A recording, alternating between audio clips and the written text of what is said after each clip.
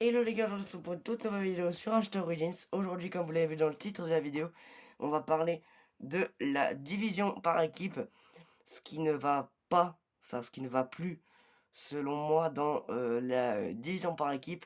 Alors, on est parti sans plus attendre avec la vidéo. Sur ce, avant la vidéo, n'hésitez pas à liker, vous abonner, partager la vidéo, commenter la vidéo si vous le souhaitez, évidemment.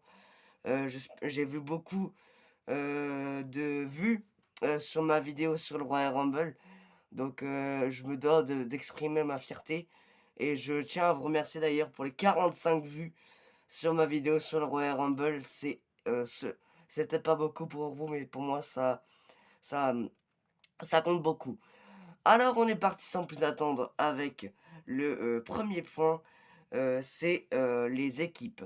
Alors du côté de Raw, on va rien dire parce que côté Raw, il y a pas mal de choses, mais Raw, on va en revenir plus tard. Mais côté SmackDown, c'est différent. Depuis le mois de septembre, environ septembre-octobre, la division par équipe de SmackDown est juste en train de s'effondrer. La rivalité entre les Wyatt Six et les MFT n'est pas à la hauteur de... Et c'est pas à la hauteur de ce que j'espérais. Bah, les premiers moments, oui, ça allait. Genre, à partir du moment où Solo Sikoa, il se barre avec la lanterne, c'est bien. Mais depuis que les Boatics ont perdu les titres, bah ça va plus en fait. Ça va plus parce que maintenant, ça va dans tous les sens avec des ci, des ça. Et je pense même qu'il y aura un... Parce que j'avais vu un TikTok l'autre jour qui disait qu'apparemment il y aurait un Las Vegas Street Fight entre Uncle Audi et Solo Sikoa. Donc je sais pas si ça vous donne envie, mais je suis pas trop fan de Solo Sikoa. C'est pas le plus grand catcheur de l'histoire in ring, hein, Uncle Audi pareil, hein. C'est plus des personnages qui ont un pouvoir, mais niveau psychologique. Ils ont un pouvoir psychologique énorme sur le roadster. Alors, on va parler des autres équipes, hein, évidemment, parce qu'il n'y a pas que que la rivalité entre les Wattics et les MFT, hein, qui déçoit. Il y a plusieurs équipes comme DIY. Bon, ça, DIY, on va en reparler. Les Street Profits sont encore Motor City Machine Gun. Donc, on va commencer par DIY. Alors, DIY, je sais pas si vous êtes au courant de ce qui s'est passé l'autre jour, mais Thomas Ciampa, son contrat il a expiré, donc du coup, il a quitté la WWE. Et des rumeurs, enfin je crois que c'est officiel. Je crois que c'est officiel, il a commencé cette semaine à la l'AEW et il a repris son ancienne gimmick. Donc je suis très content pour Thomas Ciampa, j'aime très bien, j'aime beaucoup ce catcher. J'ai hâte de voir ce qu'il fera par la suite. Donc DIY, bah c'est mort vu qu'il n'y a plus Thomas Ciampa.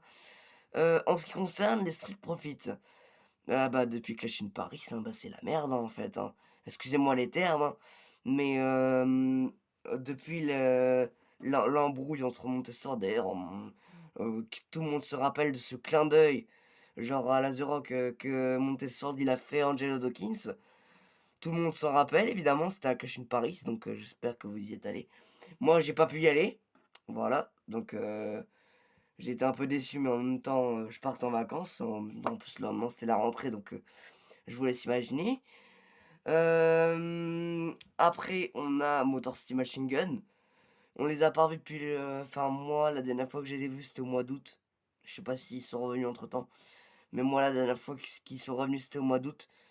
Pour défendre les titres par équipe. Je sais plus contre quelle équipe. Je crois que c'était contre DIY. D'ailleurs, non, contre les Street Profits, tiens. Parce qu'après, les Street Profits, ils se sont lancés en réalité contre les Watix. Et c'est les Watix qui ont remporté les titres par équipe. Donc c'est ça, parce que du côté de Raw, ça va, on a encore des équipes encore un peu crédibles. Je pense au New Day ou encore Rousseau, parce que l'Alpha Academy, qui croit vraiment que la semaine prochaine, la Alpha Academy va battre les Usos. Alors oui, je sais, on peut jouer la surprise du ouais, Cody, il a perdu son titre contre Drew, etc. Non, moi, on me la fait pas, hein, c'est bon. Je sais que très bien que les Usos vont conserver la petite par équipe la semaine prochaine. En ce qui concerne Los Americanos, Bah, c'est plus une rivalité solo pour l'instant pour Los Americanos qui est en rivalité avec Javon Evans. On a une rivalité un peu, non pas parallèle, mais un peu allié, un peu, non, comment dire ça? Liée à celle de Javon Evans, c'est celle de El Grande Americano et El Original Grande Americano. Parce que si vous avez pas vu dans ma vidéo du Royal Rumble, ou si vous avez même pas regardé le Royal Rumble, El Grande Americano Original a fait son retour pour avoir un face-à-face avec Ludwig Kaiser qui, spoiler, est El Grande Americano. Le El Grande Americano qui aurait été avec Javon Evans. Je le précise, pas le original.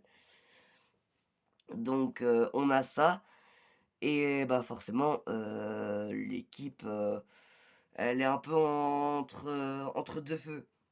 Parce que en fait, bah moi je suis un peu tiraillé en fait parce que j'aime beaucoup Los Americanos, je les apprécie beaucoup. Mais l'équipe a beaucoup perdu en sa crédibilité. Après on a quoi d'autre? On a American Made. American Made c'est dommage parce qu'on pourrait faire de belles choses. Par exemple, s'ils auraient gagné le Fatal 4-Way la semaine dernière à Raw, donc avant le Royal Rumble, on aurait pu avoir peut-être peut-être une confrontation intéressante avec les Usos, pourquoi pas? Au lieu de donner la chance à l'Alpha Academy, je pense pas que l'Alpha Academy en a besoin de cette par équipe. Ils ont déjà Maxine qui fait un super boulot en solo dans sa rivalité face à Natalia. Bon, je suis pas grand fan de Maxine Dupri ni Natalia, hein. Enfin Nati maintenant vu qu'elle s'appelle comme ça. Mais non, l'Alpha Academy garde sa crédibilité pardon, avec Maxine. Donc ils ont pas besoin de ce titre par équipe et j'insiste surtout que les Usos doivent impérativement conserver les titres par équipe qui au moins doivent être conservés jusqu'à WrestleMania pour peut-être trouver une équipe à leur niveau. Mais pour l'instant, les Usos doivent rester champions et je resterai sur ça jusqu'à ce qu'une équipe parvienne à les détrôner. Donc American Made, j'aurais bien aimé les voir affronter les Usos la semaine prochaine. Mais bon, c'est pas ça. C'est pas ça malheureusement. Après, il y a le New Day. Le New Day qui est encore une équipe très crédible, encore à l'écran hein, aujourd'hui. Encore une équipe crédible. Mais la rivalité Uso New Day, on la connaît déjà. En plus, avec l'ajout de Grayson Waller, c'est. En fait, Grayson Waller, je pense, à ce que j'ai vu des rumeurs circuler depuis quelques jours, comme quoi ce serait l'homme masqué qui aurait attaqué Braun Breaker. Ça, c'est une autre histoire. Mais je vois plus Grayson Waller comme un catcheur solo. Et qui ne doit pas, genre, alors oui, de temps en temps, c'est drôle. Genre, quand un catcheur comique essaie de rejoindre une équipe populaire, c'est toujours drôle, forcément. Mais ça dure un petit moment quand même avec Grayson Waller. Ça dure depuis le mois de novembre que Grayson Waller, il est au New Day. Donc je pense que ça qu'il faudrait arrêter à un moment donné et qu'il faudrait que Grayson Waller ait un vrai run solo ou en équipe encore, mais avec Austin Theory pourquoi pas les prémices d'un nouveau clan que cette ruine serait fondée. Donc un clan en partie sur un clan à 3 entre Seth Rollins, Grayson Waller et Austin Theory. Et vu que Grayson Waller, je pense que c'est lui, encore une fois, à attaquer Braun Breaker, je pense que Austin Theory va tout révéler à The Vision, mais que quand Seth Rollins fera son tour. Donc quand Seth Rollins fera son tour, Austin Theory, je pense qu'il va dire oui, c'était moi, j'ai fait ça parce que j'étais infiltré de Seth Rollins, je l'ai vu me trahir dans l'intérieur, etc. Et Grayson, c'est lui qui attaquait Braun Breaker au Royal Rumble. Et quand Seth Rollins il va revenir, forcément, ça va peut-être mener un match 2 contre 2 entre, pourquoi pas, Bronson Reed et Logan Paul contre Grayson et Austin. Et un match 1 contre 1 avec, entre Seth et The Vision pour WrestleMania, ça serait très intéressant ça, à la rigueur, qu'on ait ça. Mais voilà, je suis pas. Pour l'instant, la division par équipe, Hem, Surtout du côté de SmackDown, manque cruellement, de, de points positifs. Après, en parlant d'autres points négatifs, on peut parler du booking, évidemment. Le booking de la division par équipe qui stagne beaucoup. Parce que c'est beaucoup, «Ouais, nous on n'a jamais été champions» ou «On est vos plus grands rivales, donc on va vous affronter et cetera, on va gagner les titres». Alors d'un côté, je veux bien comprendre que ressortir cette rivalité-là, c'est le classique forcément. Mais à un moment donné, trop de routine. Trop de routine, ça devient trop et après, pouf. C'est comme, prenez par exemple la rivalité MFT Wildtix. Hem, Solo Sikoa, il prend la lanterne, c'est bien. Je me dis au moins il y a une histoire derrière ça. Mais après il y a plus grand chose. Parce que depuis que les MFT sont redevenus champions, bah, il se passe plus rien en fait. Il se passe plus rien. Alors certes, on a droit à quelques vignettes de Bodalas qui, dit qu'il va reprendre les titres par équipe et cetera. Mais pas depuis que les, ouais, MFT ils ont gagné les titres, bah, il se passe plus rien. Il se passe plus rien. C'est silence radio dans la division par équipe au SmackDown. Par contre, le gros point positif, c'est pas la division par équipe masculine, c'est la division par équipe féminine. Parce que dans la division par équipe féminine, il se passe des choses vraiment, mais vraiment très bien. Je rappelle qu'à la base, ça a commencé au mois de septembre entre Rhea Ripley, Io Sky et les Kabuki Warriors, rôdaient autour des titres par équipe de Alexa Bliss et Charlotte Flair, les championnes à l'époque. Ensuite, on a Bayley Lyra Valkyria, je vais arriver à prononcer son nom enfin, qui se met à la fête en mois d'octobre. Elles affrontent Charlotte, Alexa pour être par équipe à Raw, mais sans succès. Ensuite, on a la défaite de Charlotte et Asuka contre les Kabuki Warriors. Ça mène au début de Lash Legend dans le roster principal. L'équipe Lash Legend Nia Jax qui est vraiment très bien, je trouve. On a des petites pépites par-ci par-là qui commencent à se créer, comme Kiana James par exemple, qui, depuis la période post-Saturday Night Main Event nous livre des prestations vraiment très bien. C'est vraiment très bien ce qui se passe dans la division par équipe féminine. Et c'est même encourageant. Bon, on va pas parler des Bella Twins, hein, c'est autre chose. Mais genre, pourquoi pas, à WrestleMania, nous faire un Fatal 4-Way entre Bayley, Lyra, Valkyria, le Judgment Day, pourquoi pas. Enfin, s'il est encore debout d'ici à WrestleMania, entre Bayley, Lyra, Valkyria, j'ai enfin réussi à prononcer son nom. Le Judgment Day, s'il est encore sur pied, parce qu'il y aura que Roxanne. Et donc, du coup, on ne saura pas qui c'est sa partenaire, vu que je pense que ça mènera un triple match entre Raquel et Liv pour WrestleMania. Donc, pourquoi pas un Io Sky et Rhea Ripley contre Bayley Lyra, contre Charlotte et Alexa Bliss, qui, je rappelle, n'ont toujours pas eu leur revanche de leur défaite. Et Nia Jax slash Legend, pourquoi pas que une des 4 équipes remporte les titres. Alors, moi, ce que je serais pour, c'est soit une victoire de Nia Jax et Lash Legend parce qu'elle mérite vraiment les titres par équipe.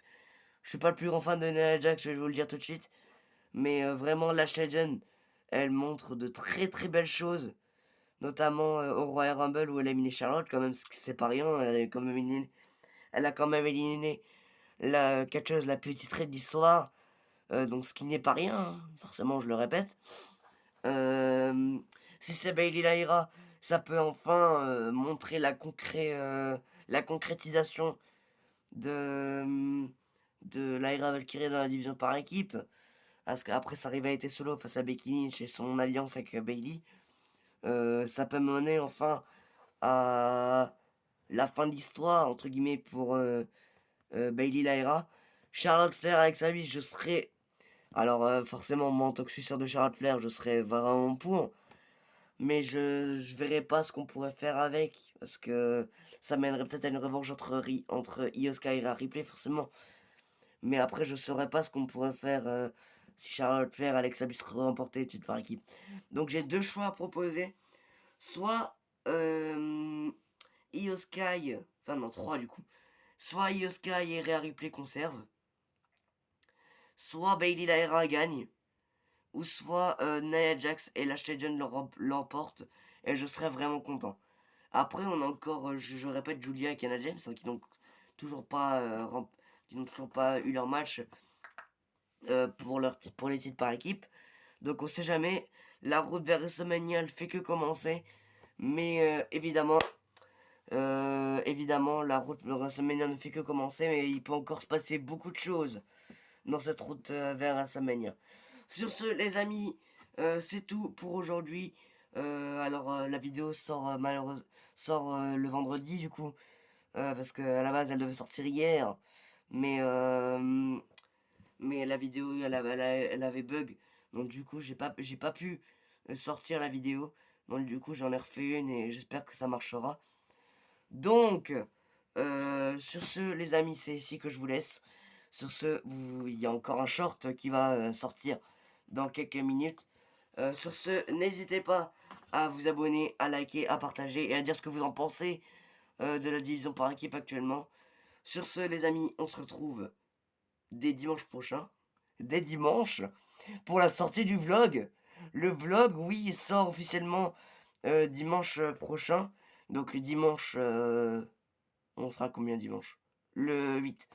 Donc le 8 février, on sortira enfin le vlog, enfin. J'espère que vous apprécierez ce, ce moment que vous passerez en ma compagnie.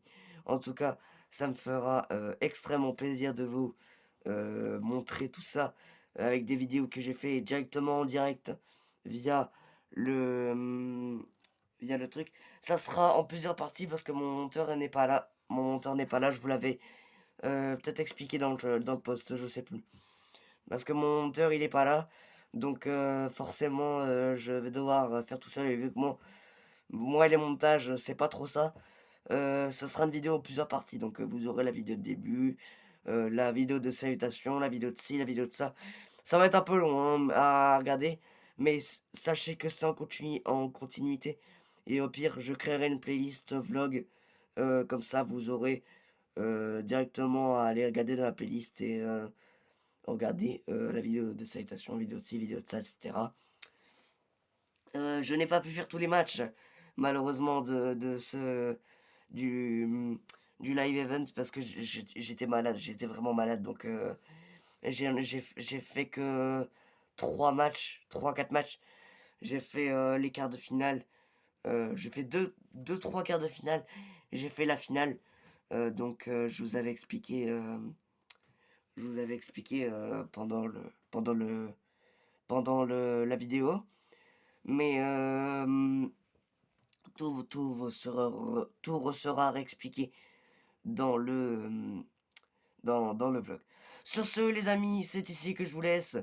N'hésitez pas à aller regarder le short que j'ai sorti mardi. N'hésitez pas également à aller voir le short qui va sortir cet après-midi. Sur ce, c'est Acheter Origins et on se retrouve très vite pour d'autres histoires. Ciao!